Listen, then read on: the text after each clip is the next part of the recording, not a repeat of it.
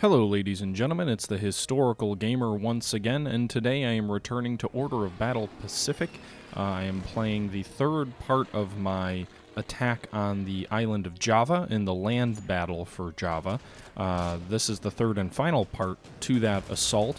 We're on turn 29 out of 40. It's actually part 11 of my Order of Battle Pacific Let's Play as we play through as the Imperial Japanese side of things. We've successfully taken our last objective point, but at this point, now what we need to do is we need to destroy some more enemy trucks. So there are enemy cargo trucks, which are an objective of ours. The Dutch have launched a counterattack just west of this objective point here on the right side of the map. You can see a little bit of a bulge in our lines where the Dutch have pushed through and destroyed several units. We're losing quite heavily, and I'm worried that these casualties are going to seriously impact our ability to resist in future battles. But as it is right now, the Dutch have put up a stiff fight, and now it's kind of more of a search and try and find the enemy type deal. We need to destroy three or two more transports, I can't remember, truck transports, in order to win this battle. And we've got about 10 turns to do it. We've got one in sight, but I don't know where any of the others are, and the Dutch, again, are continuing to put up stiff resistance here. You can see this localized Dutch counterattack still gaining some ground with these infantry here, pushing, already drove back and took one bridgehead, which must be an objective for the AI. It opened up a line through an area that had been surrounded with some American units far to the west, well removed from this fight, had been surrounded and out of supply, but taking that bridge opens that supply route back up, I believe. And that's where we are right now. Anyway, we're attempting to remedy the situation, cut off these Dutch troops, and advance south toward the last major objective point. There's some huge city directly to the south. I'm not sure what the name of the city is, though. You'll see it here in a few turns, but because the game doesn't tell you what the name of the various cities are. But it's not an objective in of itself. I would imagine, however, that there are plenty of Dutch transport vehicles there. Meanwhile, in this video, this video is kind of going to be more of a mop-up. Again, we're going to be advancing south and trying to find the Dutch transports so that we can win this battle. And outside of that, there's really not much else to it. Just kind of advancing south, mopping up and destroying enemy units, and kind of going from there. And in the south, we'll advance east across this bridge and toward that last enemy objective point. So at this point, there's not a whole lot else to talk about as far as the gameplay is concerned in this battle, or the tactics or anything like that. Again, we're just seeking out and destroying enemy trucks as we see them. So I figured I'd go and talk about the Dutch resource situation and one of the main reasons that the Japanese attacked the Dutch East Indies. I've briefly alluded to it already in some of my previous videos, but essentially the situation in 1941, when the Dutch and the Japanese went to war, was that the Japanese, as a result of their aggression in China, had been the recipients, they had won this illustrious prize. The United States had issued an oil embargo against the Japanese, and this was a big deal because Japan only produced about 7% of its oil domestically, based on some sources that I found.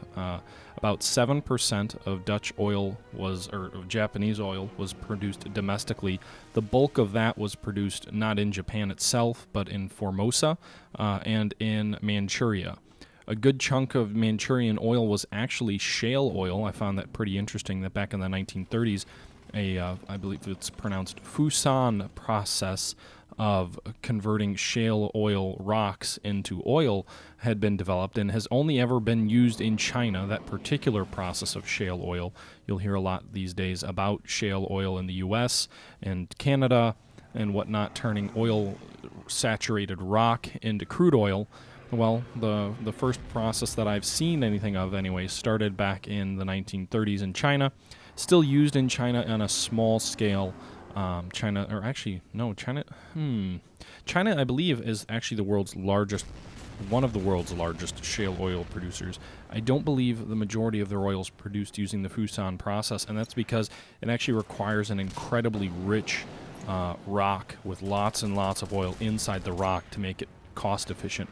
So it's not terribly cost efficient, but Anyway, this process produced a good chunk of oil in Manchuria back in the 1930s and was something that the Japanese were utilizing. However, with all of that being said, Japan only was able to produce enough oil for about 7% of its annual domestic needs. They had about 2 years worth of oil supplies built up or stocked up so that they could survive for about 2 years. However, that did not factor in the considerations of Japan being at war.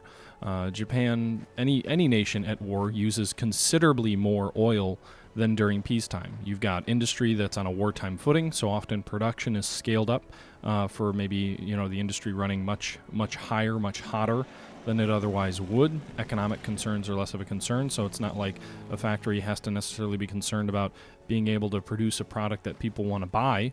It has to be concerned more about producing how many tanks, as many tanks as they can. So that's one factor which causes industrial production and demands to be much higher. The other factor is Japan being an island nation and attempting to conquer huge swaths of the Pacific requires large quantities of fuel oil for their fleet. During peacetime, your Navy doesn't, not that it doesn't do much, but during a time of peace, your Navy certainly isn't sailing from Japan all the way over to Hawaii, all the way back, and then a month later all the way out to the Dutch East Indies, and then over to the Philippines, and then into the Solomons, and then to Midway, and then to the Alaska. You don't see that kind of naval operations tempo ongoing. You don't see destroyers constantly being needed all the time in convoy operations. You spend the bulk of your time in a peacetime Navy in port, at least theoretically, back in the 1930s, especially ships like battleships and aircraft carriers, which don't take out kind of the always being at sea type mentality. That's a little bit different in the modern, at least American fleet, where the capital ships are constantly at sea. But back in this day and age, especially battleships were not, because they're very expensive to operate and they consume vast quantities of fuel. A nuclear-powered aircraft carrier gets around some of that because it doesn't have to refuel, at least once every 4 years. But anyway, so the Japanese ended up having roughly maybe a year or so worth of oil at combat tempo. So that just underscores the fact that in late 1941, Japan had enough oil really to get through early 1943 in a conflict. So obviously that's a big concern. Well, the reason that the Japanese ended up going after the Dutch was because when the American embargo hit, the closest supply, easily accessible supply of oil to the Japanese was in the Dutch East Indies. Now you could say, well, why didn't they buy it from the Dutch? Well, the Dutch actually joined the embargo against the Japanese, largely in cooperation with the Americans. So as a result of the Dutch joining the embargo with the Americans, the Dutch now had a big target painted on their back. At the time, they had the world's fourth largest oil reserves.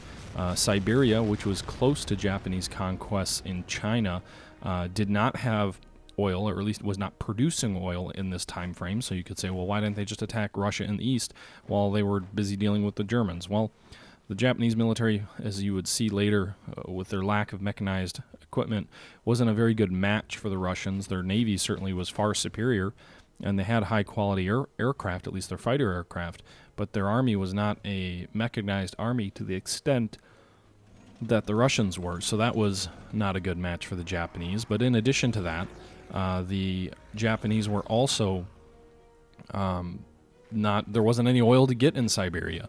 The closest easily accessible oil with enough quantity to meet Japanese demand was in the Dutch East Indies. So that's what the Japanese decided to go after, and that's why the Japanese ended up attacking the Dutch East Indies. I believe the Dutch actually declared war on the Japanese first, but again, everyone already knew the Japanese were interested in their oil. Not just that, the Dutch East Indies, which includes the island of Java, which we're fighting on, had vast tin reserves, rubber plantations, and other resources which a economy needs. So they were a very, very rich target. One of the few colonies which was very profitable for the host countries. That's another discussion entirely. But interestingly enough, most colonies that were taken by the colonial powers in the 1800s and the first half of the 1900s were actually resource drains. They cost more than they brought in. There's a few exceptions, notable exceptions at that. India, the Dutch East Indies were one of them. So that's another factor in the Japanese decision to go to war. The Dutch also had built some extremely high-tech refineries in the Dutch East Indies. I believe one of them was at Balkepin on the island, or in the Balkepin area, which was one of the most modern oil refineries in the world, considered the Ploiesti of the Pacific, essentially, the Ploiesti oil fields in Romania. Interestingly enough, at this time, Romania was the third. I think Romania was the third largest oil producer. The Dutch East Indies were the fourth. Romania was third with the Ploiesti oil fields. Again, crazy when you think about it today. You know, it was what? The U.S. was number one, I believe. Iran or Russia was number two. And then Iran or Romania was number three. And one of them, maybe Romania was number 5, but essentially the top 5 oil producers in this time was the United States, Iran, Russia, Romania, and the Dutch East Indies. So the decision was made to go after the Dutch East Indies, and that's what you're looking at here, the Battle on Java. But it was a series of islands. It wasn't just the island of Java. There was the island of Surabaya, Balkepin, Tarkin. There were a lot of different locations all throughout the area. Largely, the Dutch East Indies composed of Borneo, and then also, or Borneo, or however you pronounce that, and modern-day Indonesia, parts of New Guinea. So that's where you have the Japanese attacking. Now, the Japanese, well, obviously you want to take these oil wells and these refineries intact, right? So just go do it, right? Well, a little bit more complicated than that. The Dutch ended up almost entirely destroying the oil fields at Tarkin, which had over 700 oil wells, as well as the refineries there. Balkepin was also seriously crippled. The north end of Borneo was also completely destroyed by the British, who had those areas under their colonial rule. So a huge quantity of the production capabilities of the Dutch East Indies were immediately denied to the Japanese. So great, you took these islands, you can't do anything with them. Complicating Japanese efforts to get oil production up and running and where they needed to be was the fact that one of the few times an American submarine early in the war played a vital role. It actually sank a merchant ship which was on the way to the Dutch East Indies after they had fallen to Japan. I believe this was in 42, maybe, I want to say 1942. Sank a merchant ship with over 1,000 people on board. Over 100 of them were technicians, which were going there to attempt to, help fix some of these problems which had been created by the Dutch as they sabotaged these fields shortly before the Japanese took them. Wasn't a entirely pleasant experience for the Dutch. Japanese were enraged that a lot of these oil fields were in such poor shape or had been deliberately destroyed, and killed many prisoners of war as retribution. At one point, over 75 were just basically lined up and executed. There were well over 100 Dutch prisoners of war killed. Japanese did not treat their prisoners all that well. So you had that situation where, great, you took all these resources and now you can't do anything with them. And then by the time that the oil wells do start to bring up production, late 1942 really was when the production started to ramp up. You already had a huge shortage that had developed because the Japanese operational tempo was very heavy throughout the Solomons. But before that, even the Battle of Midway, which often isn't talked about, put a huge strain on the Japanese Navy's ability to operate, and a huge strain on the Japanese fuel reserves, because at the time of Midway, in the middle of 1942, Dutch East Indies oil was not all the way up and running yet, and the Japanese took an operation, sailed almost their entire navy halfway across the Pacific Ocean toward the island of Midway and then back. That operation used huge quantities of oil, hundreds and hundreds of ships, and was a serious drain and actually had an influence on Japanese oil production. An interesting fact is that if you look at the Solomons campaigns, which took place in 1942 and 43, Japanese used their cruisers and destroyers a ton in the Solomons campaign. They rarely used their battleships, and this was at a time that the U.S. really didn't have much in the way of battleships. Now, there's probably two reasons for that. One is, I think probably the most likely or most obvious, would be the fact that the battleships are slower than the cruisers and destroyers. So one factor that played a role in the Solomons campaign is often the Japanese would attempt to dash their troops in, drop off supplies for their troops in Guadalcanal, attack U.S.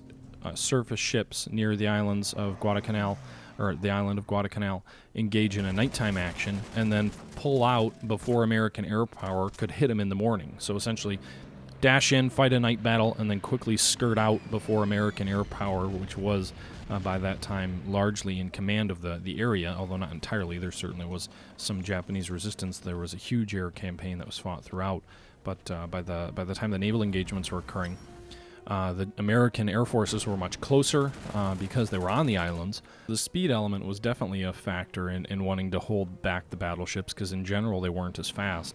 But the other factor is also, you look at battleships and you consider if oil is something that's difficult for you to come by, and, operational tempo is a concern, and the Americans don't have much in the way of battleships. Why deploy battleships to an area that you don't necessarily need them when they use up huge quantities of fuel?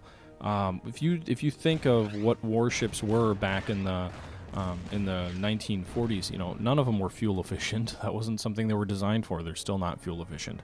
But if you look at the battleships and compare them to anything else, the amount of fuel that they use is obscene. There's a reason that it wasn't until oil was really developed as a major propulsion system that battleships could be anything more than largely coastal warships. You had to constantly refuel them, just vast quantities of resources were needed. During World War I, most battleships were using coal, but the German battle fleet, even if it had defeated the British at Jutland, it's not like it was going to sail out into the Atlantic and ravage convoys or merchant ships coming across the ocean. Coal-powered battleships simply didn't have the range to do that. You'd have to have a vast recoaling fleet.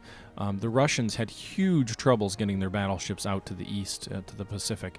And even an oil battleship wouldn't have been able to do that. But just because the fleets use just ungodly amounts of coal, and when the transition was made to oil, things were a little bit better, but it was still, a huge problem. Actually, the Japanese problems with refining the oil and getting the refineries was a big stumbling block as well. The Japanese tried just thinking, well, we can just dump crude oil into our oil firing boilers and try and use that. Diesel isn't that heavily refined, so it was one idea that they tried because of the lack of refining capabilities, because a lot of these facilities were destroyed. But again, there were some negative side effects. For example, they started putting Dutch East Indies crude in some of their boilers, and they found out that the sulfur level was too high in the oil and ended up causing the oils to become brittle and basically ruin them, so that the boilers were largely ruined by that. So it was certainly a setback. Another factor, by the time the Dutch East Indies oil production started getting back up, crude oil production was up quicker, but what it meant was the Japanese had to transport the crude oil from the Dutch East Indies to the Japanese home islands, where they had refineries there that could handle the oil, because the refineries in the Dutch East Indies were largely destroyed, when originally they could have refined the oil. Well, not only does that increase your need of transportation, because now you can't, take 200,000 barrels, refine it down to 50,000 barrels of diesel and just transfer that. Now you've got to transfer all of that crude oil, all of that unprocessed oil to Japan. Well, that means you need more tankers. And by the time things started getting better in the Dutch East Indies, the tanker situation for Japan had become critical. One factor which often, I guess I didn't realize how absolutely insanely effective American submarines were.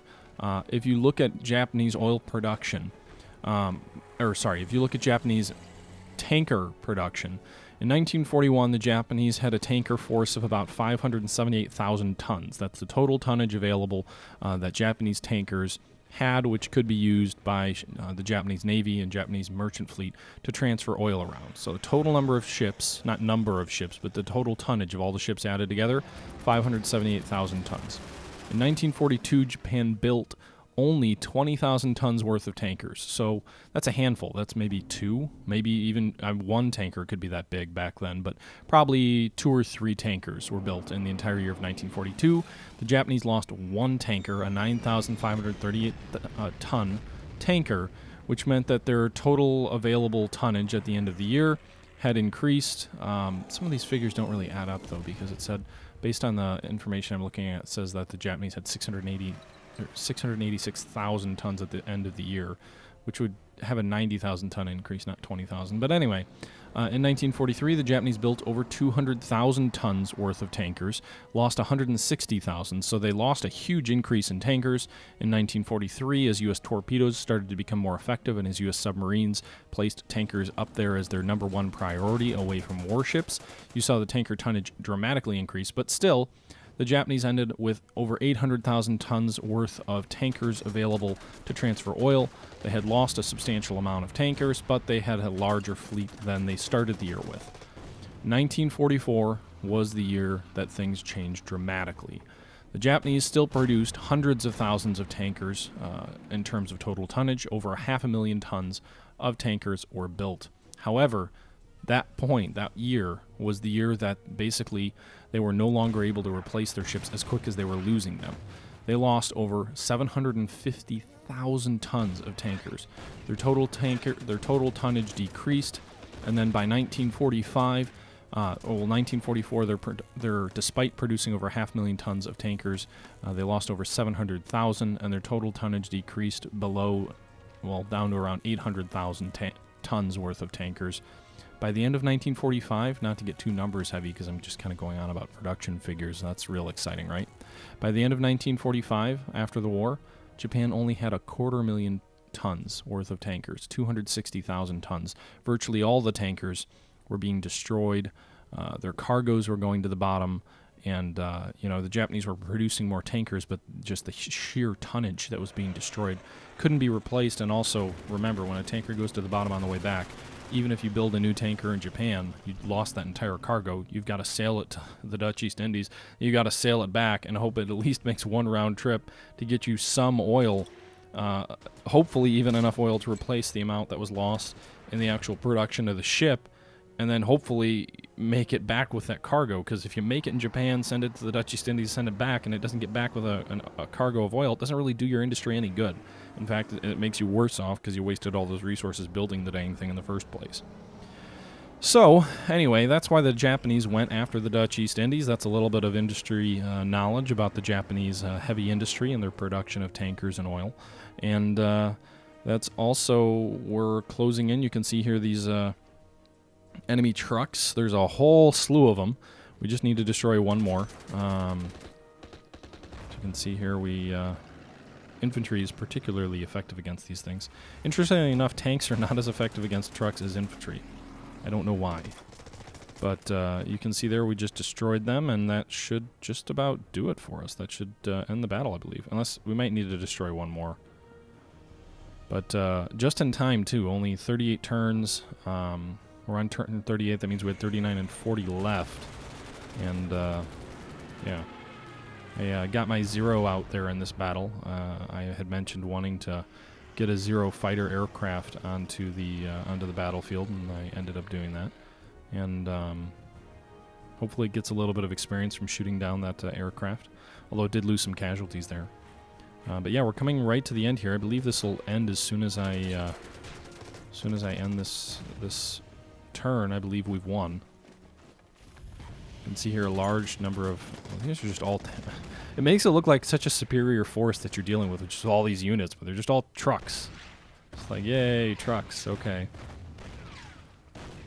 Again, I'm still fighting with some. I could probably conserve some of these guys, but I want to try and get them some experience, maybe at the cost of a few casualties. But there you go. You can see the Dutch capitulated on Java. We successfully took over the island. We won a victory. And the next battle here is going to be the Battle of the Coral Sea. So we'll skip ahead the rest of the conquest of the Dutch East Indies. That's done. Thailand and French Indonesia have also fallen. Burma is being invaded. Singapore has fallen. And the only impact, the only carryover effect is still the fact that we destroyed all the American battleships at Hawaii. Means that none of them will be available in this fight. So the next battle will be the first major fleet action against the United States Navy at the Battle of Coral Sea. And that's what our next video will be on. I'll try and dump less facts on you. Again, this one got a little bit numbers heavy for no real particular reason. I certainly have a lot of casualties I need to try and replace. Hopefully I've got enough points to do that. But this next battle will be probably, I assume, a strictly naval affair, so might make things easier. Anyway, guys, thanks for watching. Until next time, this is the Historical Gamer saying thank you for watching, and I'm out.